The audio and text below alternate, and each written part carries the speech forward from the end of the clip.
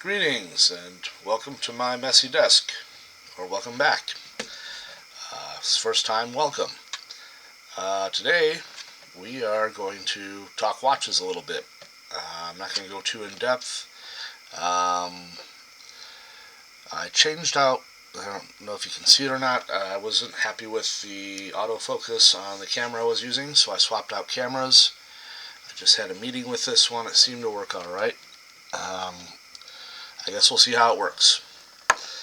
Hopefully the mic's picking me up. So anyway, today the title, we're doing everyday wear watches or more casual watches, depending on how casual your everyday wear is, I guess. Alright, put those drivers away. The motivation was I just got this puppy. This watch has been out for a few years now. It is a Timex. Let's see if this so-called if this is, wow, maybe if I can talk. There's so much for it to focus on. There we go. This may not work out very well, but we're gonna give it a go. All right. A Timex, as you can tell, not something I ever thought I'd buy again. I know I had a Timex back in the 90s. It was probably my daily wear in the early to mid 90s when EDW blew up. I don't remember specifically when that was, but I remember having one. I'll talk about this when I get to it. Timex is not really a celebrated brand, although they have made a comeback in the last 5 years to recently. Not going to go in depth on that. There are plenty of people doing plenty of videos on all of those things, so no reason for me to repeat the hard work others have done. Just wanted to go over some of the watches I've worn over recent years. Obviously, going back, way back in the day, I wish I still had some of my old watches, and they may still exist somewhere. Might be in a case in Georgia, or maybe made it from Chicago to Florida. No telling. I had a Swatch I was very proud of way back in the day, probably middle school. High school, went through just cheap stuff. Might have even gotten my EdeGlow in high school. I do remember when I was in Cap, I got an early version of one of these, and it was in blue. This is where we're starting with here. This watch I've worn on and off. I got it in the late 90s, I believe, because the blue one was, I'm not a big fan of blue, even though I have a number of watches with blue faces. And this was my daily wear for on and off for quite a few years. I doubt the strap is even going to fit my fat wrist, but yeah, barely hits that first notch there. This is just a combination nylon leather strap. It's a really good automatic watch. It does not have the self-winding hack. So in order to wind this watch, here you are if you want to see it. This is a watch I've worn on and off as a regular daily wear from when I bought it to recent years. This watch, since it doesn't have the winding hack, I can't just wind it with the crown here. I literally have to shake it like this to make the automatic, that counterweight you see spinning there. Literally, that's how you wind it up. There are winding machines now that'll keep these wound. I shouldn't say that. A lot of modern automatic watches you can bypass by just manually winding, like an old manual winder. They have added that ability so that you can just wind it manually without having to do this stupid crap.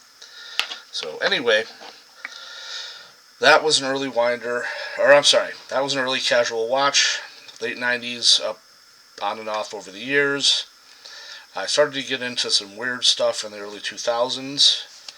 I just have this one up because I wanted to show a dress watch as opposed to my daily wear, where I'd be a bit more casual. Depends on what your daily wear is. I mean, if you wear a jacket and a shirt and tie every day, then you're probably going to wear a fancier watch. But this is a much larger than I would generally like to wear. I wore this with a suit last Valentine's Day. It's a Seiko Quartz. It's nothing too It's a nice looking watch. Once again, don't know how close we have to get it there. There we go. It's nice. It's I don't know, and of course I don't have my measuring here. I'd guess 42 millimeter, which is kind of standard size today on my fat wrist. It doesn't look that oversized, but I just don't like the larger watches. I like the classic 35 millimeter. That to me is a standard. That's all I needed for a watch. Maybe when my vision starts to go, I'll change my mind on that. But wearing a pocket watch on my wrist kind of defeats the purpose to me. But that's just me and my tastes. So let's try to get through these before we lag on. This is an interesting watch. I got in the early 2000s, wore on and off through the early to actually into the mid, even into the late 2000s. I think I got this off Geek Squad, or not Geek Squad. What was it? Think Geek. That was a website that probably still exists. I don't remember shopping on there in quite a long time. This is a binary watch. I don't have it set. I actually just threw a battery in it, and I haven't had time to set it yet. But that's how the time is displayed. You have to basically do the math. You add the binary for the minutes and the hours, and that tells you what time it is. I used to joke that this was my drunk watch. If I couldn't figure out what time it was, I had enough to drink. Yeah, so that's it. The obvious problem and dislike for this watch is the fact that you have to push a button to see what time it is. I remember before I moved back to Seattle from Chicago, I think it was the night before, I met a gentleman in a bar who offered his $3,500 Omega in exchange for this watch. Obviously, I didn't make that trade. I would have felt horrible because that cost me like $60 off of the internet. Alrighty, next in line is this puppy. Now this is definitely the oldest watch up here. This is a purely mechanical Seiko 17 jewel non-automatic watch. I just looked up the serial number. It was manufactured in October 1969. This is a manual wind watch. There is no other way. You literally have to wind the crown to wind this watch, and you probably do it daily. You might be able to get a couple days of reserve out of it. Now this is a watch that I would consider servicing. If I get back into watch maintenance, repair, maybe building, I definitely want to get some practice in. I can see it could use a little polishing up on the stainless there. There's a little black mark on the dial. It looks like there's one over there too. Wouldn't mind to try to clean off. Otherwise, I wore this watch pretty much. This was my daily wear watch. I'd say late 2000s, early 2010s, 2010-ish area. Might have even worn this to the Philippines when I used to vacation there. It's a reliable and accurate enough watch, and it's got that classic look. I mean, it's literally from 1969, and I love that look. Still got a really old cruddy band here. If you want to see what the back looked like, it looks like a pretty modern watch if you just look at the back. Stainless steel. I apologize for my camera. This thing. One of these days I might get a better. There we go. One of these days I might get a better camera, but. And if you want to look it up, you can look at the movement and serial number there. Another thing I wore in contrast to this around the 2010 time was this e-ink watch. This was a daily wear. This is obviously way out of the setting. It's a 24-hour clock, but I just grabbed it, haven't looked at it. I'm surprised the battery still worked. I haven't touched this thing in probably 2012, last time I wore this. So the fact that it's still ticking and has something up there is nice. It's an e-ink display, just like your e-reader or your Kindle. This does not have a backlight though. That would be the problematic. A newer watch made with a backlight would be kind of cool. I really liked the technology when it came out, so that's why I got this watch. a lot of my watches I bought off impulse, and if you want, let me know, and I'll go into a lot of the unique. I have a lot of weird looking watches, stuff that's just kind of out there because I like it. It's unique, different, something to wear that looks nice. Okay, next I got into consulting, and I was on the road a lot, and so I wore what I called my driver's watch. It's a tachometer or a tach. I'm going to call it a tach watch. I'm probably getting it wrong. This is a Seiko Quartz. I think. Yes, I'm pretty certain it is. Well, it's running. So, a nice accurate time. It's got your tach timer, so you can your stopwatch. If we can get. It does have the blue face. Obviously, the date's wrong there. We can go ahead and change that real quick, which a lot of watches tell you not to do when you're near the 3 o'clock time, because you might fuck up the XU. Oh man, I just screwed my. I said a naughty word. You might F up your settings, but this isn't an automatic watch, so there we go again. It's a nice looking watch, and I wore this when I was basically on the road all day, every day, and it went nice with my driving gloves and my reed hat that I was wearing at the time, my sporty sunglasses. I was out on the road all day. Alright, that would have been early teens. I was unemployed, driving for work, unemployed, self-employed, 2013, 2014. Then I got a job, went and actually, this was a gift, and I wore this. Has been my daily wear watch outside of like dressier stuff. If I was throwing on a suit coat or a suit, this is my daily wear watch up until like a week ago. This is, as you can see, something of what we would call a field watch. Similar, and you might notice that a lot of like this watch.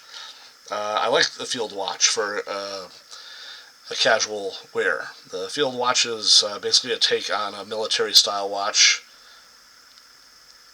If you can see, you'll notice it says solar. You'll also say railroad approved. Those are two features I loved about this watch. One thing I didn't like about this watch is the lack of coating on the stainless steel. You'll also notice I have I like my stretchy bands. I like to not have to stretch to adjust my wristband. Due to circulatory issues, my wrist changes in size. So I like this Spidal. This is a Spidal wristwatch, just like my grandfather and maybe your grandfather used to wear. Self-adjusting, and it's comfortable, and you don't have to worry about it slipping or falling off if you have if it's linked and sized correctly. It does its job. I love this watch. I love the look of it. Just after wearing it for so many years, I finally decided, you know what, let's make a change. And so I went with a field watch.